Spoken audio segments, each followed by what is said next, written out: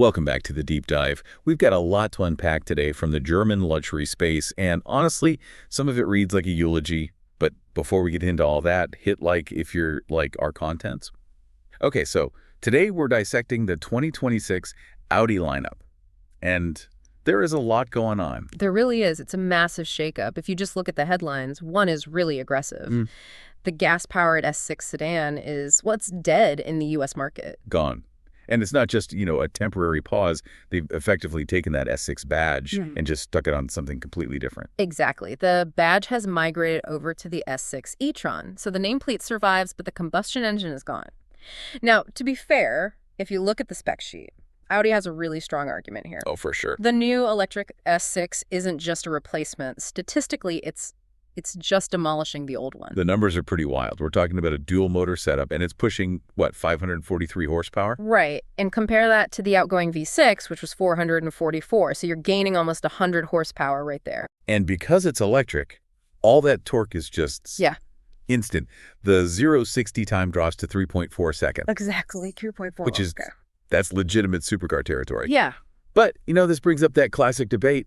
Raw speed isn't everything, right? It's not the same as engagement. Right. A 3.4-second sprint is amazing, but some drivers, they don't want that silent whoosh from an EV. They want the drama, the gear shifts, the sound. Yeah. So did Audi just abandon those people? Well, that's where this gets really interesting. They haven't abandoned them exactly, but they have forced them into a, let's call it a weird compromise. Okay. They've introduced this thing called the Sport Plus package, and it's for the standard gas A6. I saw the price on that. It's $5,850. I mean, that's a steep ask for an option package. Yeah. Is it worth nearly $6,000? It sounds high, I know. But when you see what they're actually doing, this isn't just, some red seatbelts and a badge. They are basically performing a transplant. A transplant? Yeah. They've taken the key chassis hardware from the dead S6 and bolted it right under the regular A6. You get the adaptive air suspension, and, this is the crucial part, the torque vectoring rear differential. Okay, let's break that down for people who aren't suspension nerds. Why does that differential matter so much? Think of it like this. It overspins the outside rear wheel when you're in a corner. It physically pushes the car's nose into the turn, so it makes a big, heavy sedan feel much smaller, much more agile than it has any right to be. So the deal is this.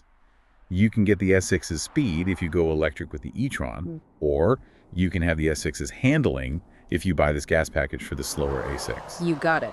But you can't get both in that same mid-tier car anymore. The package has been split in two, unless you're willing to spend a lot more money. Right, because that brings us to the RS6 Avant, the super wagon. It seems to be playing by its own rules. The wagon survives, and it's so weird, it's completely defying the logic of the rest of the lineup.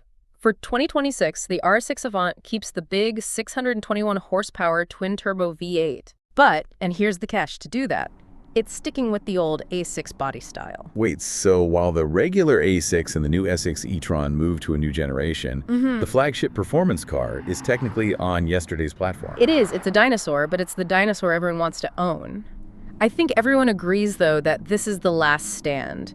You look at the BMW M5 Touring, the Mercedes E53, they're all moving to plug-in hybrids. The next RS6 will almost certainly have a battery. So if you want that pure, unassisted V8 chaos, this is pretty much your last chance. This is the window. Exactly. Let's try to recap this because it's a bit fragmented. The gas S6 is dead. The name lives on as a much faster, silent EV. Right. If you want the old car's handling with a gas engine, you have to kind of build your own S6 with this Sport Plus package on a slower A6.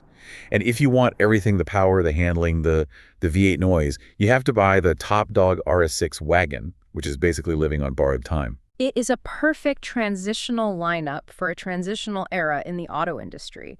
You really have to decide what matters more to you, the stopwatch number or the sensation behind the wheel. And that leads us to the thought we want to leave you with. For decades, we've just assumed the engine was the heart, the soul of a performance car. But now, with this A6 Sport Plus, Audi is selling the handling as the premium feature, separate from the power. So, was the soul of the S6 really its engine, or was it just how it went around a corner? And that's a question I think a lot of buyers are going to have to answer with their wallets very soon. Stay tuned for more automotive news, and goodbye.